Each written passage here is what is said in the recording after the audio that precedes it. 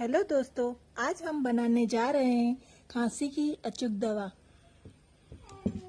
100 ग्राम हमने लिया है चीनी शक्कर, 100 ग्राम नमक बगैर के मौले चने, 10 ग्राम सूंठ, 10 ग्राम काला मरी, 10 ग्राम जवाहर। सबसे पहले हम चने को छीन कर उसके छिलके निकाल देंगे। अब हम ये सब मिक्स करके इसमें डाल देंगे। चने वो बाद में करेंगे।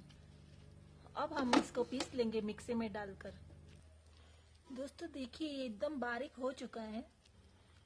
अब इसमें चने भी बारीक से पीस लेंगे।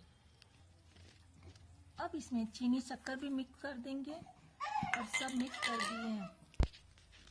इसको चम्मच से हिलाकर बराबर एक कंटेनर में भर दीजिए और रोज सुबह उठकर मुंह धोकर फिर 1 चम्मच पानी नहीं पीना, ये ले लीजिए फाकी।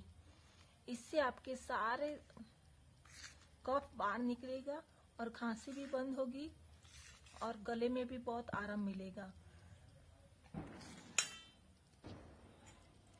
ये पाउडर को आप दिन में 2 टाइम या 3 टाइम ले सकते हैं, पर इससे काफी आराम मिलता है कफ खांसी में।